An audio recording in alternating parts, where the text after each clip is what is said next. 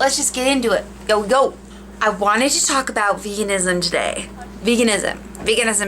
Please throw out any bias that you have about veganism just for 1 second. I totally respect you, and I'm not trying to, I don't want fights to happen, okay? Like, oh God, why am I even saying that? Because I know that fights are going to happen. Actually, I've only been a vegan for a month. I am not a scientist. I am not an expert. I'm not like, I've not been in this game for very long. I'm not even that smart of a person. I have a big heart. Oh my God, that sounds so lame. What I mean is I'm very empathetic. And I became vegan about a month ago. It's been a great transition. Except for my skin breaking out a little bit. Like, I don't know though, I think it's like correcting itself because my skin is always dry, but now it suddenly is like oily. So it's, not like too oily, but it's just breaking out a little bit. Anyway, my boyfriend also went vegan, my fiance, and he's actually lost 5 pounds in the last 2 weeks. And he went vegan like 2 weeks ago. So, and he doesn't even exercise. So that there tells you that like, and we're not starving ourselves. Please don't think that. That's not what veganism is. Veganism is eating in abundance plant-based products, like, almond milk, green leafy vegetables. Oh my God, there are so many like mimic things too. Like seitan is a wheat gluten. It's kind of a wheat gluten version of meat, and it's really good. It actually has 75 grams of protein in it versus it's actually 2 times the amount of protein that a slab of steak or any salmon fillet will give you. And same thing, dark leafy vegetables have 2 times the amount of calcium and protein in it. You guys can look that up, but anyway, that's fact. So it's so funny because people are, and I thought this too, like, where the hell do you get your protein if you're vegan? Like, come on. But it's true. You get so much protein from the vegan diet. The only vitamin that you lack is vitamin D. You get vitamin D from animal products, but you're actually supposed to get vitamin D from the sun. So there's that. And you can also get it from mushrooms, but there's really not many things that you get vitamin D from. So you do have to watch that as a vegan. You have to make sure that your vitamin D levels are up. But blood, honestly, all the vegans I know don't ever go to the doctor because they're so healthy. I don't want to talk about health as much today as I do about the ethics behind veganism. Like, it's definitely something I'm very, very passionate about. I grew up eating meat, and I think it's absolutely insane how many of us don't understand or even know what goes on in the meat and dairy industry and egg, meat, dairy, eggs, fish. So I remember coming across this girl named Banana, Freely the Banana Girl. I wouldn't recommend her like as your vegan inspiration. She's a good one for some people, not me though. I think she's kind of extreme and crazy, and I don't know, I still don't really know if I like her. At the end of the day, I wanted to look into veganism more, what is this diet? And I just got to looking, and I was like, okay, wow, like, this is amazing. You do get a lot of nutrients and stuff from it. But more importantly, I came across a video that Gary Yourofsky made. It's called The Best Speech Ever. I know that's really lame, but it's actually the best speech ever. Like, his rhythm that he talks in, it's kind of weird, but he's one of the most popular vegan activists out there, animal rights activists as well. He's been around for a while. He's like, I don't know how old he is. He looks really good, but he gave this speech at City College in New York, and I can't even tell you, when I got done watching this, I was just like, wow. First of all, I cried my eyes out. I had no idea this is what I had no idea that we were so brutal and cruel in the practice of keeping and killing livestock for fur or for, food. I had no idea. And it's just crazy. Like, we're not taught this stuff. We're not taught it for a reason, because we want these industries to survive because they make a lot of money. People say that porn is the oldest industry in the world, but it's not. The food and the animal agriculture industry is the largest industry in the world. And there are very good reasons for why we began eating animals, and that's okay. Even still today in third world countries and fourth world countries, a man's water buffalo is their prized possession, because that's what the milk from that, that's what feeds their family. And I realized that we used to practice killing our animals in a lot different ways, a lot more respectful of a way. If you can put those two things together, that's definitely another question. But the point is that we're meant to evolve, and I am not a scientist, like I said, but I am not an expert at this. But if I can communicate to you that we are meant to evolve, we're not meant to keep eating these earthlings that have a central nervous system like us. I mean, when these things are killed, when these animals are killed, they have fear just like us. They have pain just like us. They have emotion. Actually, whales have more emotional capacity than we do as humans. So that's why SeaWorld is a disaster. Because of the way they keep those poor orcas.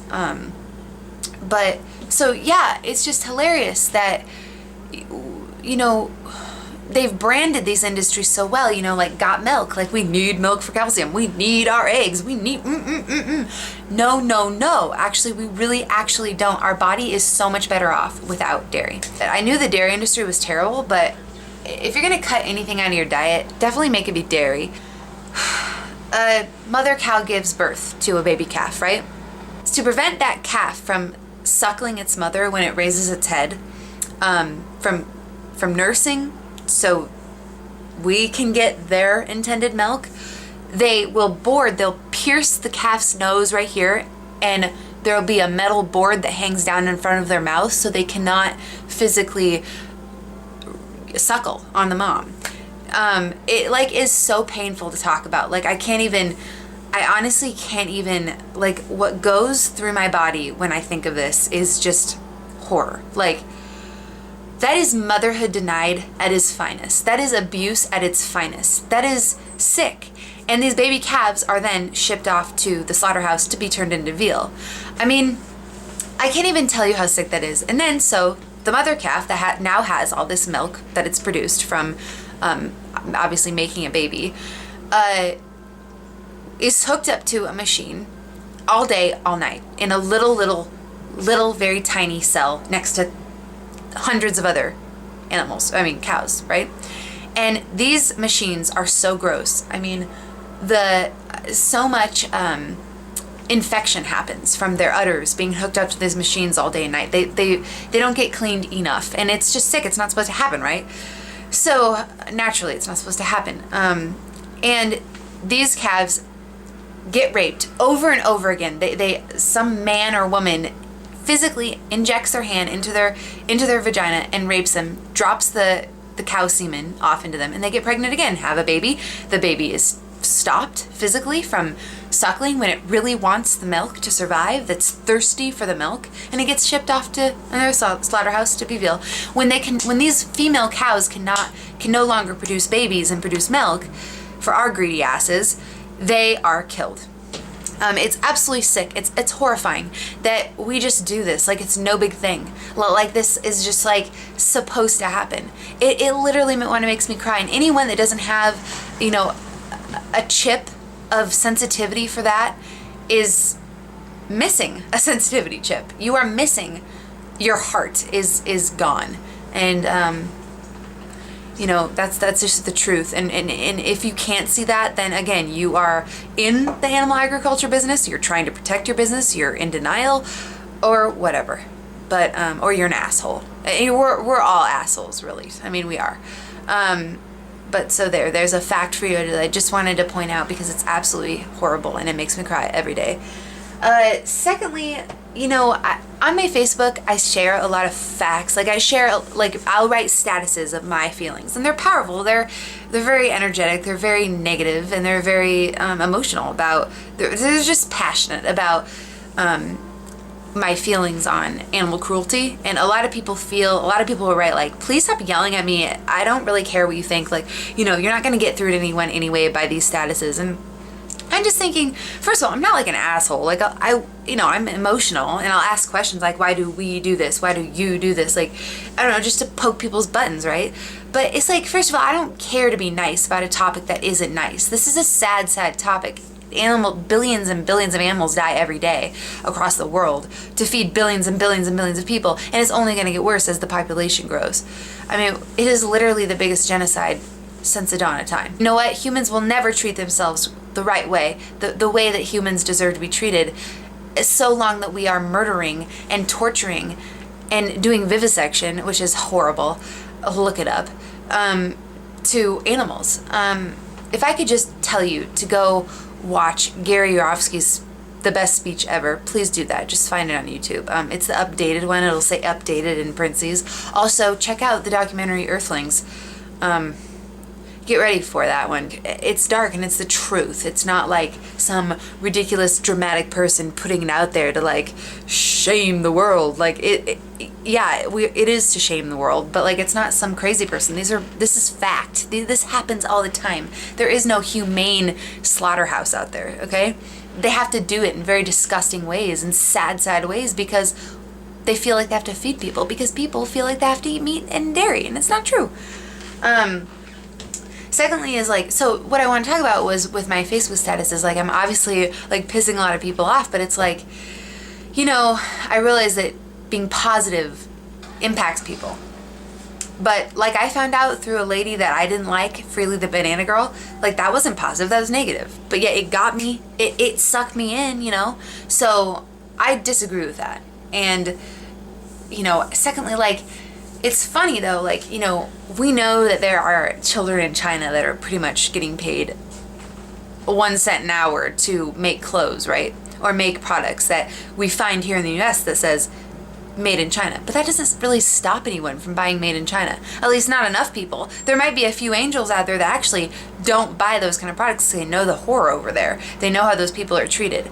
But like, it's hilarious. This world just doesn't fucking care. I'm sorry, excuse my language, but we don't care. We do not care about what happens to animals, what happens to people. Like, it's just hilarious that we find when humans act evil to other humans, or like, you know, slavery or yada yada yada, like it's bound to happen, you guys, so long that we think that we're better than another race, animals.